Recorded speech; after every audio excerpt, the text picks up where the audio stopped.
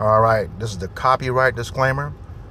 Copyright disclaimer under Section 107 of the Copyright Act of 1976. Allowance is made for fair use for purposes such as criticism, comment, news reporting, teaching, scholarship, education, and research. Fair use is a use permitted by copyright statute that might otherwise be infringing. And this video is not for any monetary gain. It is explicitly for the reasons stipulated in the Copyright Act of 1976 under Section 107.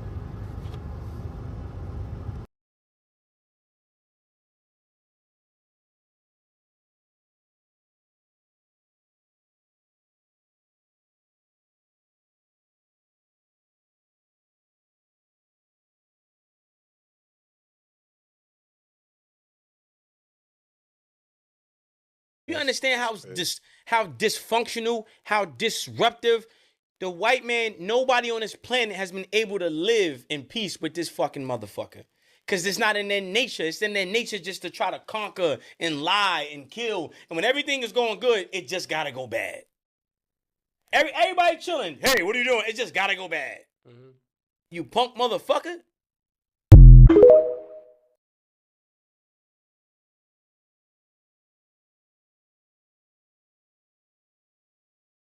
The darkest Thanksgiving in American history wasn't a dinner. It was a massacre the textbooks refused to mention. In 1637, before the friendly feast story was ever invented, the colonial governor of Massachusetts declared a day of Thanksgiving. But the celebration was for something horrifying. At dawn, English soldiers surrounded a Pequot village during their annual green corn ceremony. While the people slept, the soldiers set the fort on fire. Anyone who ran out was shot. Anyone who stayed inside burned alive. Over 400 men, women, and children were killed in less than an hour. Governor John Winthrop wrote in his journal that this destruction was God's divine blessing, and afterwards ordered colonists to give thanks that the enemy had been wiped out. This event became one of the earliest official Thanksgivings, not a feast of peace, but a celebration of annihilation. Yet the public version of Thanksgiving wasn't created until centuries later, when the U.S. needed a unifying myth after the Civil War. The massacre? Quietly buried.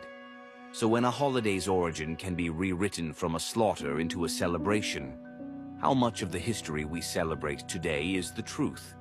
And how much is just the version someone needed to sell? If you want to talk about how Thanksgiving came about. I do want to talk about it. First of all, you got to remember, my dear brother, that history, his story. It's not our story. When they proclaimed Thanksgiving, it was in Mystic, Connecticut, a tribe of Indian people, the Pequots, that were thriving and surviving.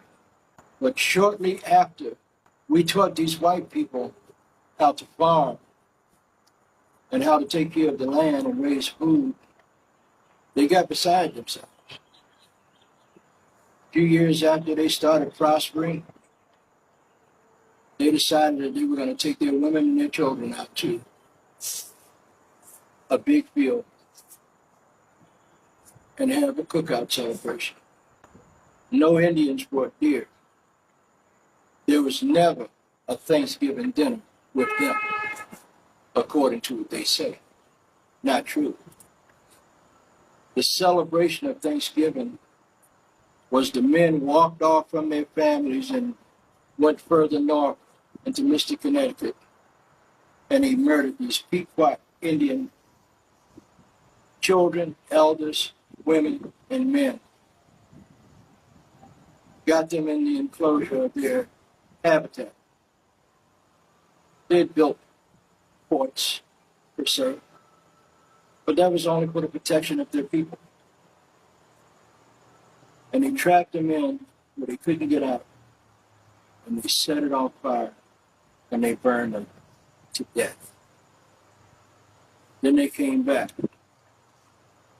They were so thankful that they had killed these Indians, but that was the first Thanksgiving. Not what you read about in their books. It wasn't until when President Lincoln decided, instead of having it every other day when they were going to different tribes killing them, that he decided to make it once a year, a day of Thanksgiving once a year. True.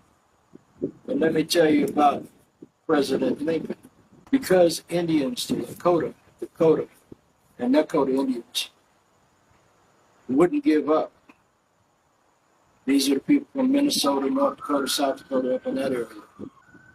They were fighting, and they captured in excess of 200 of them. And they wanted to hang them all. But Lincoln intervened, and he said, no, I don't want you to hang them all. Pick 38 of them. And that's how they came up with the Mankato 38. That was the largest mass hanging ever in this country. If you want to talk about how Thanksgiving came up.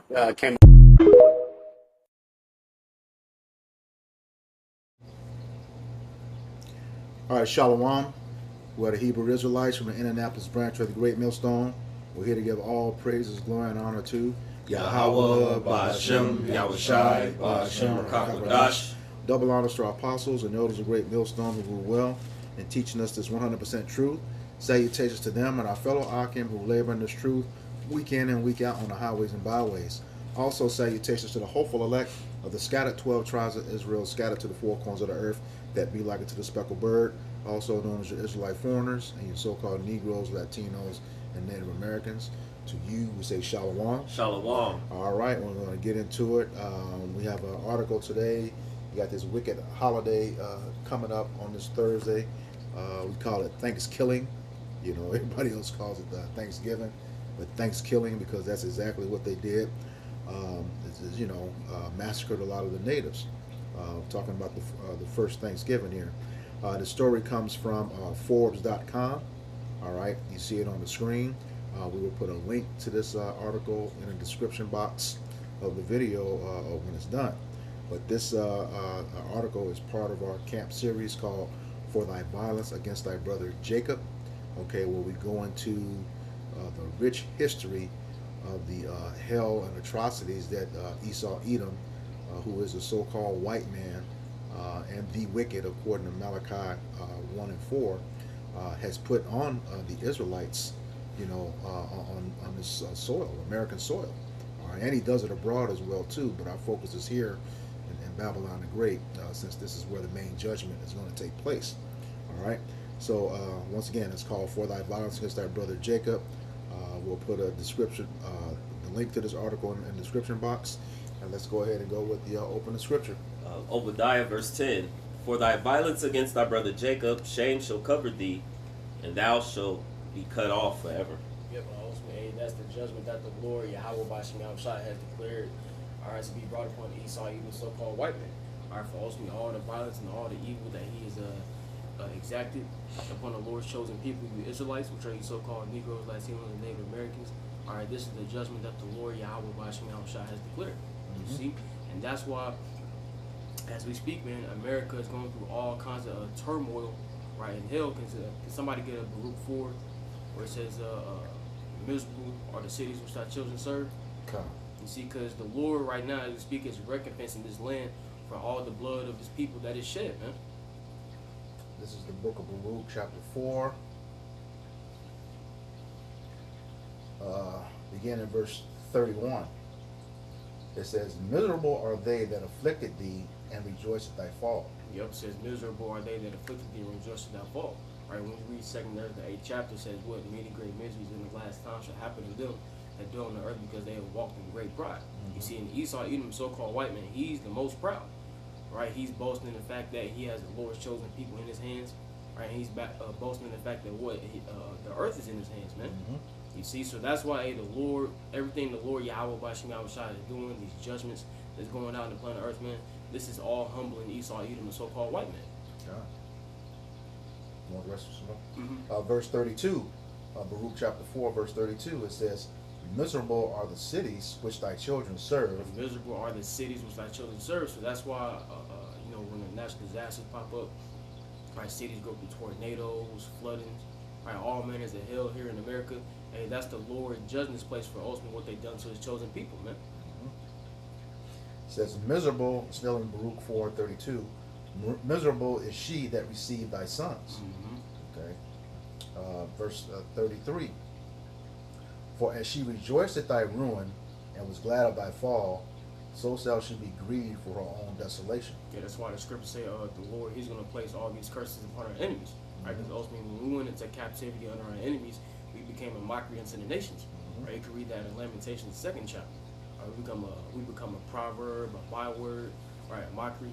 And guess what? That's a direct curse placed on us by Yahweh by Shem Shai for our wickedness. Right? But we in that time where the Lord Yahweh by Shem Shai is executing the shift of power on the planet Earth, and the things that fell on us, the evil that fell on us, is being translated to our enemies, man. See, so just like they rejoice at our fall, and when Esau falls, we gonna rejoice at they fall, man. You know. Verse 33, it says, for as she rejoiced at thy ruin and was glad of thy fall, so shall she be grieved for her own desolation. So, hey, man, that's that. And the desolation is coming in the form of the nuclear destruction, right, that the Lord Yahweh Bashim Shai is bringing to Babylon the Great, a.k.a. America, man. That's it. That's it. Yeah, precept. Kind of some real quick. This is Deuteronomy chapter 30 and verse 7. It says, and the Lord Yahweh Bashim Shai thy power will put all these curses upon thine enemies, on them that hate thee, which persecuted thee. You know, and you know, we are in the times of, you know, the powers transition. You know, the Lord is you know, removing, you know, Esau Edom from off of his power seat, and you know, putting these curses that been on the nation of Israel, or to the nation of Edom, you know, for persecuting us, you know, destroying us, you know, killing us in the streets, man, you know, rape, robbing, pillaging, and murdering.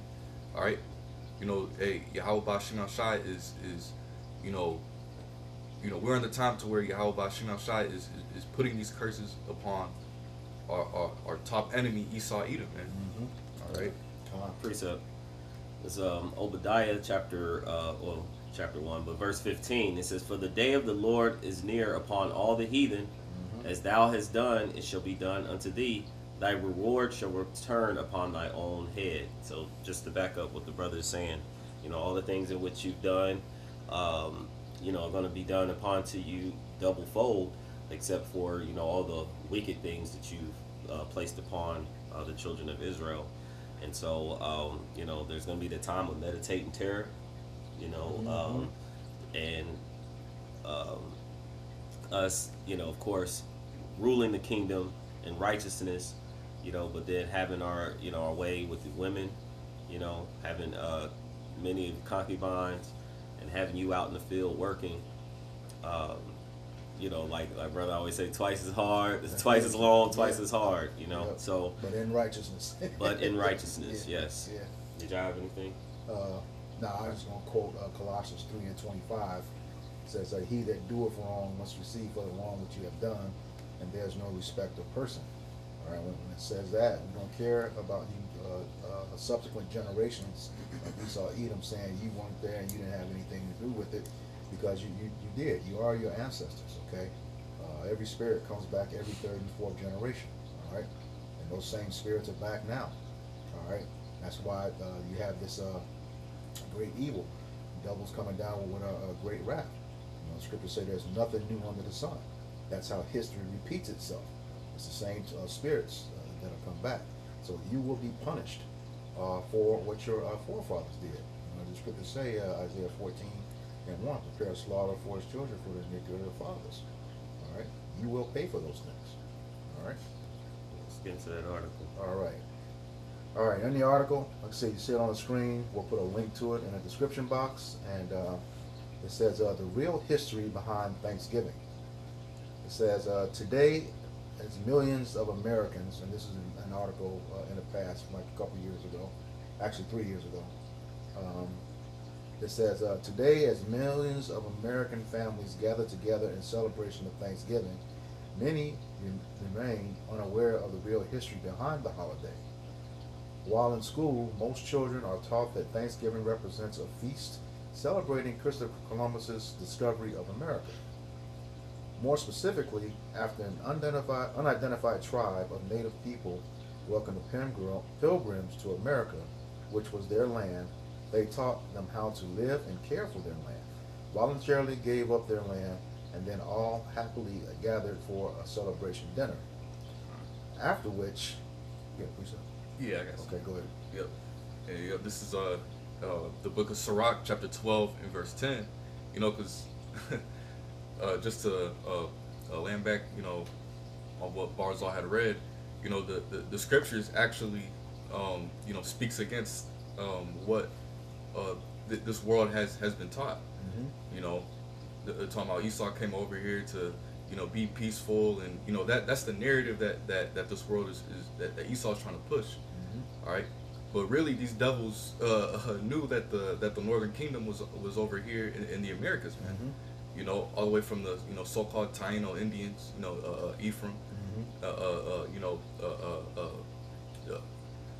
you know, the so-called North American Indians, you know, Gad, you know, Issachar, the so-called Mexicans, man. All right, they Esau knew that the 10 tribes were over here on this side of the land, man, and that's the main reason why they came over here, to what, man, to, you know,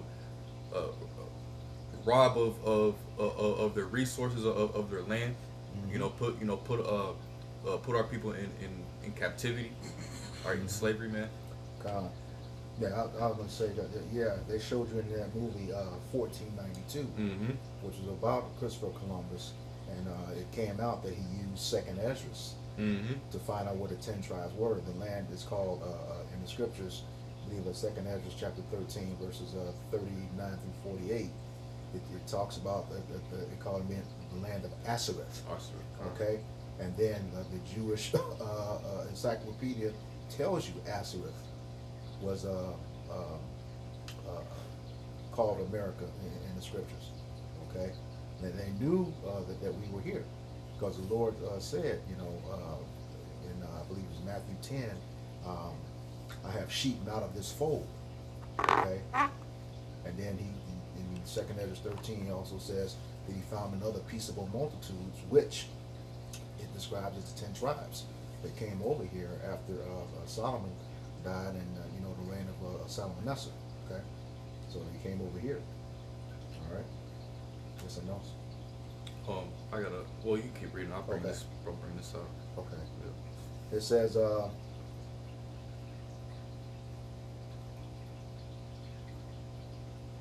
get back to the point. Oh, this thing is jumping. Okay, it said more specifically, after an unidentified tribe of native people welcomed pilgrims to America, which was their land, they taught them how to live and care for their land, voluntarily gave up their land, and then all happily gathered for a celebration dinner. And that's where Jake fucked up, man. Yeah. By letting the enemy in. Yep. Yep. Sirach chapter. This is the book of Sirach, chapter 12 and verse 10. It says, "Never trust thine enemy, for like as iron rusted, so is his wickedness." Right. It says, "Never trust thine enemy." Who is your enemy? Esau, Edom, the so-called white man. Right. The same man that came over here, that actually spread disease to our people. All right. You know, killed all the bison. All right. You know, put Gad on reservations, man. All right. This is the man what we're talking about, man. Right. It says, for like as iron rusted, so is his wickedness. So when iron is exposed to, you know, the moisture in the oxygen, when it's exposed to oxygen. When it's exposed to oxygen, you know, it's gonna start. It's gonna automatically start that process of you know, it's starting to be rusted. You know, so therefore, you know, Esau, Edom's wickedness is always gonna show forth, no matter how you know peaceable he may seem. You know, he always has a you know, he'll shake you with his right hand, but on his left hand, he'll have a knife behind him, getting ready to stab you, man. Mm-hmm. You know. Yeah. If I may add to that point, it says, you know, just as iron is guaranteed to rust, we know it's the oxygen that causes it, you know, and you need oxygen to breathe. So it's, you know, he's going to be wicked, you know, and as long as he's breathing, he's going to be wicked. That's why he has to go. All right. Yep. This real quick. The book of Psalms, chapter 55, verse 21. It says the words of his mouth were Hey, smooth. read out. You got 55. Yeah. Read. Start at 19.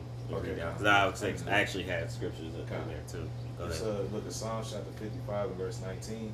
It said, Yahweh shall hear and afflict them, even he that abideth of old, Selah, because they have no changes, therefore they fear not Yahweh. Because of course the scriptures say, because the sentence of it against the evil work is not executed speedily, therefore the sons of the living power are set in them. Or not the sons of the living power, excuse me. The heart of the sons of the men. hearts of the sons of men, Salakia. The hearts of the sons of men are fully set in them to do evil. Yeah, the water. So go ahead, bro. Yep, verse 20 That's why the says, scripture say, whose possessors slay them and hold Themselves not guilty. Yeah. See, because Esau, Edom thinks that just because he's been able to, you know, shed the blood of the Lord chosen people, that the Lord was with him, and that nothing was going to come of that, man. See, but hey, that's why Isaiah 34 says, "What this is the year of the Lord's redeeming." Roughly paraphrasing, and recompenses for the controversy of Zion. See, so recompense means to what? Pay back. So the Lord is paying Esau, Edom, so-called white man, back for everything that he's done to his people, man. Go ahead. yep, verse 20, it says, he hath put forth his hands against such as be at peace with him. So this is the whole Thanksgiving, or the Northern Kingdom being here, and then you have Columbus and many other, Spanish, the conquistadors, the French, and all these different men who came over to the Americas and had their part in taking this land. You know, like you read in that, it said that they, it was also believed that they came over and the natives taught them how to work the land and how to follow the buffalo, just different things, and how to heal themselves of the herbs and things like that. And of course they brought things like fire water, got them drunk, pissy drunk, killed the men, and took advantage of the women and children. Yep. Yep. Yep, it says, he hath put forth his hands against such as be at peace with him. He hath broken his covenant. Yep, there was about 200 plus treaties that they had. 4. Well, now you're saying 4. 400. Well, it's then the plus, okay, but still, treaties that they had with, the native tribes. And when you look up the history, they continued to push them out and push them into small reservations. The Trail of Tears killing millions of our people. Go ahead. Yep, verse 21. It says, the words of his mouth were smoother than butter, but war was in his heart. His words were softer than oil, yet were they drawn swords. All right, and this is what what we're going into, man. All right, this is how Esau, Edom, the so-called white man moves, man. All right, they make it seem like they're there to help you out, man. All right, but at the end of the day, they're looking to destroy you, man. All right. And if brothers don't mind, hey, that scripture, it spoke about how war was in his heart. I got a quick little excerpt from his journal that he was writing on his first encounter with the Native Americans. Yep. It says they brought us parrots and balls of cotton and spears and many other things, which they have exchanged for the glass beads and hawkbells. They willingly traded everything they owned. They were well built with good bodies and handsome features. They do not bear arms and do not know them. For I showed them a sword, they took it by the edge and cut themselves out of ignorance. They have no iron, their spears are made of cane. They would make fine servants. With 50 men, we could subjugate them all and make them do whatever we want. All right, so hey, this goes to show you how Esau Edom is, man. All right, they came over here. All right, like the brother Barra was going into in the article as well. All right, the tribe of Gad, all right, the Native Americans, guess what? They showed them showed them everything, man. And at the end of the day, Esau was plotting the whole time, man. All right, that goes to show you how foul that nation is, man. All right, but guess what? A soon come. All right, these things are going to be returned unto him, man. All right. Yeah, he even boasts about it on the back of his dollar bill. Yeah. You know, he got, of course, the eagle, that's the symbol. Then in one talent, he's got an olive branch, which means peace. And the other talent, he's got arrows, which means war. So that's what he does. You know, he's, oh yeah, we cool. You know, everything's all right, and he plotting on them. Precept. Yes, well, Okay. Yeah. This is back in, just to back you up, Barzal. This is Sirach, back in Sirach chapter 12 verse 11. It says, though he humble himself and go crouching, yet take good heed and beware of him. And thou shalt be unto him as if thou hadst wiped a looking glass, and thou shalt know that his rust hath not been altogether wiped away. Mm-hmm. You know, so and that's the that's the biggest mistake our people make, is that they them putting their trust in Esau, Edom. You know, they believe that Esau, humbling himself and approaching, humbly, since our people are such a peaceful people, they would take Esau, Edom's humbling as if it was coming from Esau's true, genuine intentions. Mm-hmm. But Esau, Edom's intentions will always be made clear, man. Yeah. You just look through history, man. Just look through all the atrocious things. Information that and accounts that been coming out. For the things that Esau has done to our people, and continuing to do till this day, man. All right. Do you have more? We'll get back to it. Let's get more into this article. Okay. It says, after which they disappeared into thin air as if they never existed. Most school history books teach that the native people handed off America to white people so they could create a great nation dedicated to liberty, opportunity, and Christianity for the rest of the world to profit. The story typically taught is about native people conceding to colonialism, and we know that didn't happen. All right. It says most American children are not taught about the savage raping, killing, and pillaging that natives endured during this time. Another criticism of many primary and secondary schools' curricula is that very little is taught in school about the history and culture of the native community in general. In fact, around 87% of state-level standards do not mention native history after 1900. Wow. Let alone teaching students the tremendous impact native people have had on contemporary U.S. society. Due to the severe erasure of native history, Thanksgiving has been whitewashed, and many have been taught an incomplete and in some cases inaccurate understanding of what happened. And that's not in some cases, that's in all cases, That's where the term critical race theory comes from. Yep. Esau hiding his history because ultimately that shame is being seen. He don't want his dirt to come out, but we know that a prophecy says that the wicked shall be revealed. You see, so ultimately, we know that at the end of the day, man, the word of the Lord is what's going to stand true no matter what. God. So the scriptures say that the wicked shall be revealed, and ultimately there's nothing that Esau can do to hide himself, man. See, Jeremiah 49 says that he is not able to hide himself. You see, so you could bury history all you want to, man. The Lord is still going to make sure your shame is seen before all nations, man. What's that? Somebody grab Psalms 85 and 11, just to the point. I'm in Psalms already. Okay. Let's look at Psalms chapter 85 and verse 11.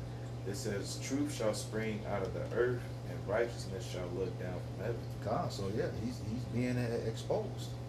Okay? That truth is coming, and what is that righteousness? Fulfilling of his word. He said, I shall make Esau bare and uncover all the secret places. Okay? That's what that righteousness goes into, about the truth being coming forth out of the earth. Okay? It's rising up. Precept. And embarrassing the hell out of them. Yeah, it's the book of John, chapter 10, verse 10. It says, "The thief cometh not, but to steal, kill, and destroy." So that's one of the tokens, you know, of who the enemy would be, and who, of course, when you look at Esau, Edom, so-called white man, you look at these Americans in the army, how pretty much everywhere they've gone, they've either taken the land. Actually, the scriptures say it, they oppress a man, even his heritage. You know, they've taken over the land. They've taken over being the people of that particular land, mainly the ones that call themselves Ish. You know, have taken on the heritage of you so-called Black, Hispanics, and Native Indians. Then they've come over to the Americas, and they took over, you know, the land. And then they started calling themselves the $5, you know, they had the $5 Indian. You know, they started claiming to be the natives, so they could actually have their access to the land. What that process is called a Dawes Roll, I believe that was. Yeah, where they did that, you know, made that so they can get land. Right, and the women, they would marry the women, you know, who actually had heritage, you know, had land as well, you know, the native women. And so they have a way of getting up very high. You know, coming amongst you and then getting up very high, and they do it through their deceit, craft, and trickery. And then they set these laws, these unrighteous decrees that place them in the best position possible to get rich off of us now that we're low. Yep. I had something back. You mentioned. Let me finish this real quick. Oh, so okay. No, that was me. He says, Yahweh Shai says, "I come that they might have life, and that they may have it more abundantly." So we know that anything that's on this side, under this rulership, you notice everything is dying. Everything is decaying. You know, it's leading toward a path of death. Nothing is going to be sustained on this side, right? It says the light, this passes away. You know, as First John chapter 2, verse 15 through 17 talks about, you know, those who do the will of the Lord will abide forever. You know, so we know that when Yahweh Shai comes, of course, Yahweh is going to set up one that's more profitable, which is Yahweh Shai, and he's going to govern the world where then things will be fruitful and multiply. You know, starting with the men of the Lord, you know, the 144,000 elect. But that's it. Go ahead. Okay. Yeah, you mentioned on the army, and you know, when we think about it, this is all prophecy too. Jacob called, you know, all of the sons together. This is the book of Genesis, chapter 49, verse 19, and it reads, "Gad, a troop shall overcome him, but he shall overcome at the last." So this particular story is part of that whole series where Gad was constantly being overcome by the U.S. government, you know, the army in particular. All right. It says, "But he shall overcome at the last," and that's the point where we're getting to right now. You know, the brother brought out Deuteronomy 30 and 7. You know, those curses are going to come off of us and start going to them. So yeah, and you can see right now that the government is failing.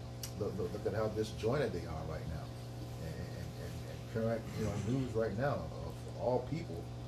What's that lady's name? Marjorie Taylor Greene has defected from Donald Trump, and they were like two peas in a pod. You know?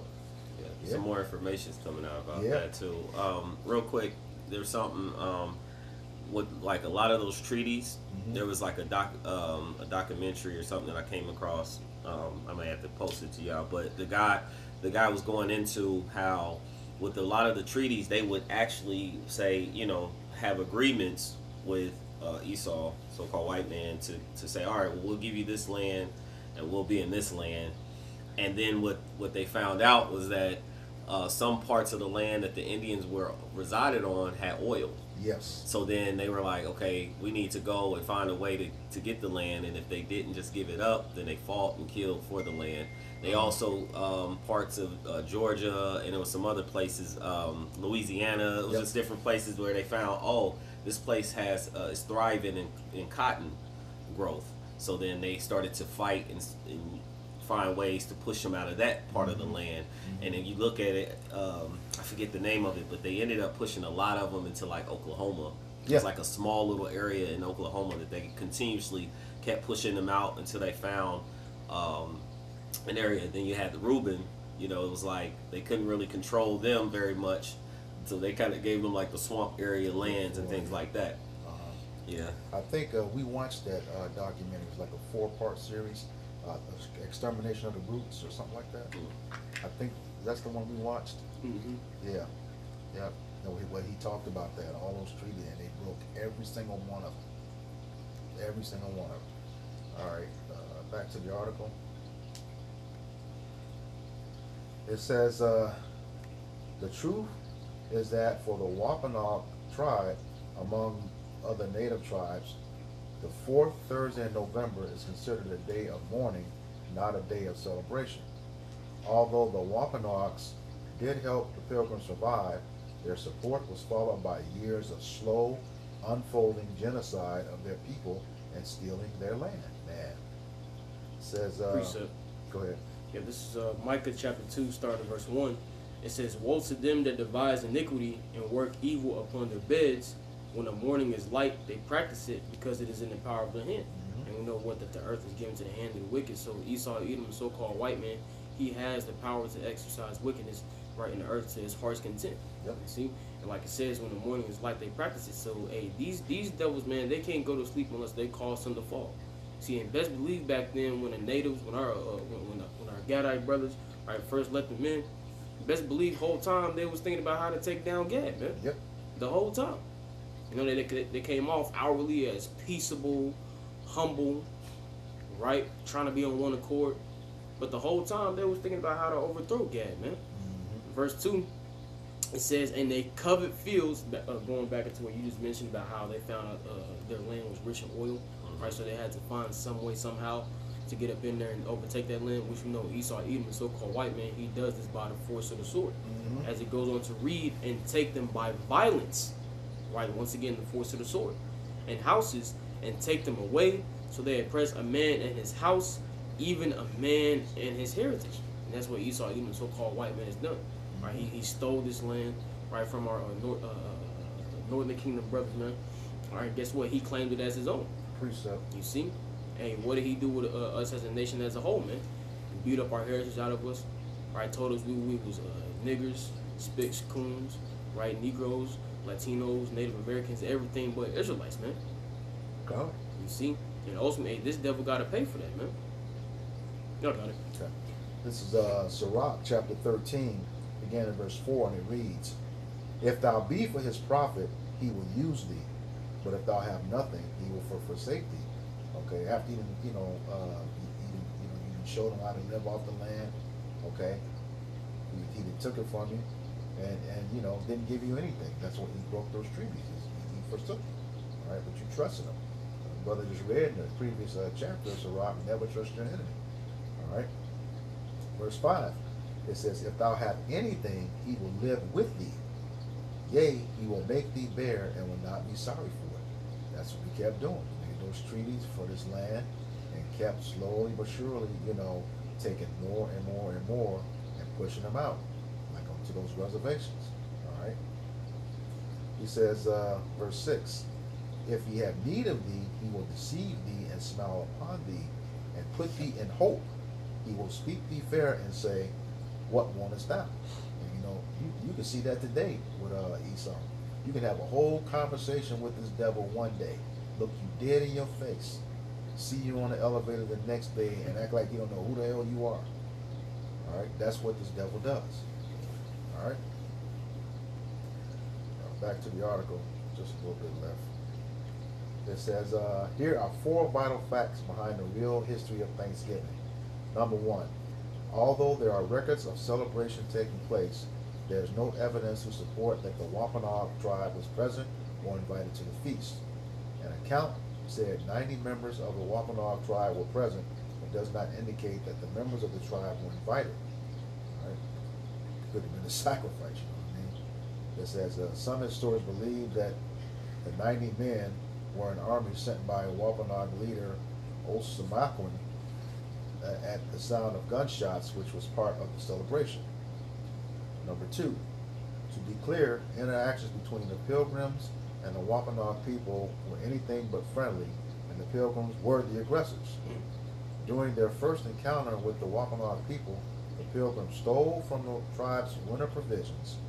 Although later, Osomoquan formed an alliance between the groups, the alliance was only established after Wampanoag people were ravaged by disease brought by European colonizers during previous years. This decision was more so a measured attempt at survival than it was to ensure intercultural harmony. Hey, Roman, you still holding that Sirach 12? The book of Sirach, chapter 12, and verse 10, it says, never trust thine You enemy. can continue where you left off from verse 12. Okay, come. Sirach chapter 12 and verse 12. It says, set him not by thee, lest when he hath overthrown thee, he stand up in thy place. There you go. And we know, pertaining to the whole nation, we understand that through Esau Edom's violence, his goal is to ultimately retrieve his birthright back, Yep. which he willingly gave up and sold. Right? But in this instance, like what we're going into, the history of Thanksgiving, Jake had no reason making alliances with this devil. Right? But we understand that it was a part of prophecy because, like you brought out earlier in Genesis 49, it said what that Gad A troop shall overcome Gad, but he shall overcome the last. You know, so Gad had to fall for prophecy's sake. You see, and ultimately, in due time, right, and sooner than we believe, man, the Lord is gonna let Gad get his get back, man. Yep. You see, but the scriptures say, "Set him not by thee," because look what happened, man. You know, Jacob was making alliances with the devil, and ultimately, it did not turn out in their favor. All right, Jacob was being murdered, raped, robbed, pillaged. You know, and that's what happens when you trust your enemy. All right. Fact number 3. Extreme discord continued after the first harvest when deadly conflicts between the colonizers and the native people erupted. After becoming allies, the Europeans went back on their promise and proceeded to seize native land and imprison, enslave, and execute native people. Man. Point number 4. Thanksgiving celebrations that took place among the European settlers often followed brutal victories over native people, like the Pequot massacre of 1636 and the beheading of the Wampanoag leader Metacom in 1676. And this is why we don't celebrate Thanksgiving.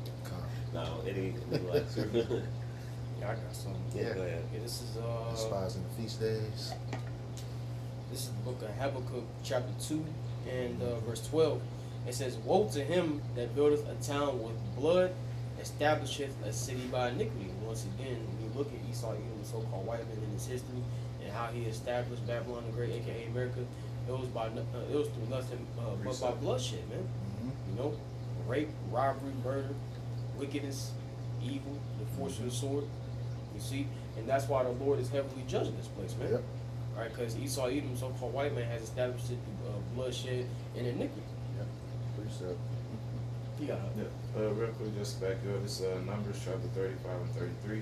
It says, so ye shall not pollute the land wherein ye are, for blood it defileth the land, and the land cannot be cleansed of the blood that is shed therein, but by the blood of him that shed it. Yep. All right. And ultimately, all the blood that you have shed on this land has yet to be avenged. All right. So we know ultimately the Lord, He's going to execute that in the form of the destruction that He's bringing to Babylon the Great, aka America, which is what, the nuclear destruction.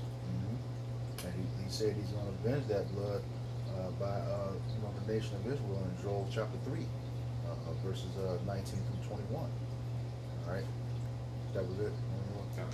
Okay, this is my precept. It says Jeremiah 22 and 13, just to back you up. It says, woe unto him that buildeth his house by unrighteousness, and his chambers by wrong, that useth his neighbor's service without wages, and giveth him not for his work. So that's exactly what this devil did. That word woe means death and destruction. So it's coming to you, Esau. As we brought out the precepts earlier. You're going to be repaid for what you've done. All right. Don't seem like it's going to happen right now, but as the scriptures say, the wicked is reserved until the day of destruction. All right. Anything else, anybody? Yeah, I got something real quick. Come. this is anybody can speak on it. It says this book of Habakkuk, chapter 1, verse 13. He says, "Thou art." Actually, I'll read 1:12. He says, "Art thou not from everlasting, O Yahweh, my power, my Holy One, Yahweh Bashem Yahushai?" He says, "We shall not die, O Yahweh." He says, "Thou hast ordained them for judgment, and almighty power, thou hast established them for correction." And of course, you know, that was scripture. Also, it says in the scriptures that he helped forth the affliction, right? Also in Romans, is it 13? Beareth not the sword in He vain. beareth not the sword in vain, Yeah. and it's for the wicked. You know, this is to come down for the wicked, as it tells us. The spirit's created for vengeance. Esau Edom's coming down with the great, like a flood in these last days. He's going to come down with great wrath, because we know it that he had but a short time, and he is the sword of Yahweh Bashem Yahushai.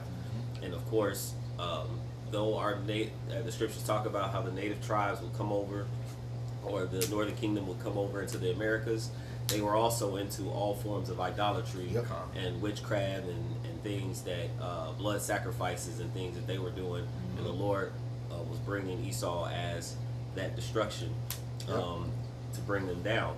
Also for prophecy's sake, you know, it was prophesied that would happen. It says, "Thou art a pure eyes than to behold evil, and canst not look on iniquity. Wherefore lookest thou upon them that deal treacherously." So that which is in is now. You know, even what we're going through at this time. But the Lord is going to, he tells us in Isaiah 33, I think it's 33 and 1, it says, "Thou dealest treacherously with thee." You can grab it real quick. I'm going to finish this. He says, and holdest thy tongue when the wicked devoureth the man that is more righteous than he." Right? And then even in your seduction, you know, it just talks about the righteous is more excellent than his neighbor, but the wicked seduceth him. Right? So in all this, they were being seduced. They came in peaceably amongst the tribes, but war was in their heart. You know, they were drawing swords. They were ready to pounce on them. I think, then you quote that what he's I don't know if this was the same quote, just bring it back out again if it does, but I know you had quoted something, but it was also said, like, Columbus went back and said, "Hey, you know, you quoted that, So going back to your point, like, he's like, look, man, with just a few men, we can come back and we can take over this place, right? Same spirit, right? That's who I had the thought. I posted a video. I don't know if you brothers seen it, but it was two young Edomite men who actually had the thought. They said that they started for a whole year to create a plan to go to an island, to go to an island, and it was, and actually kill all the men and take all the women and children captive. So it's the same mindset. That's why I said, that same spirit. And then they said the island had the pride of these people, of these men.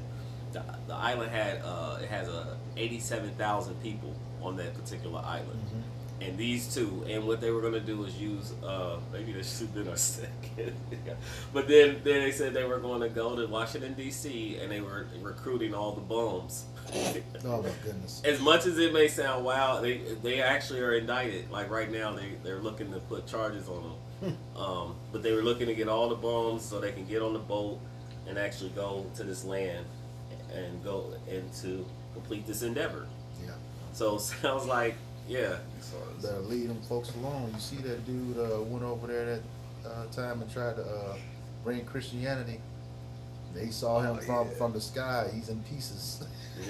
We'll finish. If you had something, we'll finish with this. If nobody else have anything. That was the end of the article. That's what I was. This is Isaiah chapter 33 and verse 1. It says, "Woe to thee that spoilest, and thou was not spoiled, and dealest treacherously, and they dealt not treacherously with thee." So everything that the brothers have brought out today, you know, and then all the other violence against our brother Jacob's, we're at 160, This is 162, I think. 162, you know, different, and this is just like Amawan brings up all the time. This is just the tip of the iceberg You know, the bigger portions is at the bottom somewhere. You know, that we've yet to uncover, but the Lord through the Spirit, Yahweh Shem Shai, is bringing out the pieces that which you know are significant, especially in this time right now. Oh, and speaking of that 162, none of them have been duplicates either. Right. We're just continually finding stuff, you know. Exactly. Yeah. What was it? It says, when thou shalt cease to spoil, thou shalt be spoiled. So so of course we understand that there's this greater enterprise that you're looking to put everyone under this one world government, starting with pushing the Kuragma on the MOTB, you know, the etching within the right hand, the forehead, you know, so your ultimate enterprise is going to be foiled by Yahweh Shem Shai. Read that part again. Yep, it says, when thou shalt cease to spoil, thou shalt be spoiled. Yeah, because when you are ready to fill your belly, you know, then the Lord's going to fall suddenly upon you. Yep. You know. Go ahead. It says, and when thou shalt make an end to deal treacherously. Because now you feel that, you know, the Lord had always been with you, and you say that, hey, this is going to pretty much, like you said in Psalms 49, it says, their houses shall continue forever, you know, but the scriptures say otherwise. It said there will be none of your prosperity, posterity, you know, neither son nor nephew, father, you know, will be remaining of this house. Remnant. Or no remnant of this house, right? Going back to that Obadiah 8:18. Go ahead. It says, and when thou shalt make an end to deal treacherously, they shall deal treacherously with thee. Yeah, because it said in the one in Proverbs, it was like the hand like of the wicked. Elder Yashawama brings it out all again. It tells with the laborers, you know, the laborers, those who, you know, starting with the poor. Yeah, Job. Yeah, Job. Starting with the poor of the people, you know, the Lord's going to give the spiritual powers when he returns unto the elect of Yahweh Shem Shai, and the bodies will be changed, and they will be the battle axe and weapons of war eventually to come upon this place. But you know, and Job is going to start within. You see those who are working, the sedition, and all these things that are happening. It's because all the stuff that the confusion and the turmoil and the destruction that you placed upon our people, right? It's gonna happen unto you. Is there any more? That's just it. Yeah. Was there anything else? Any last statements? All right. So with that, we hope that this lesson was edifying, uplifting, exhorting to the elect body of true believers. Before we end, we'd like to give all praise, honor, and glory to Yahweh, Ba'Shem, Yahushai, Ba'Shem, Rakakadash. Double honors to the apostles and elders of Great Millstone. Peace and salutations to the hopeful elect scattered throughout the four corners of the globe. Until next time, all those listening and learning to you, we say Shalom. Shalom.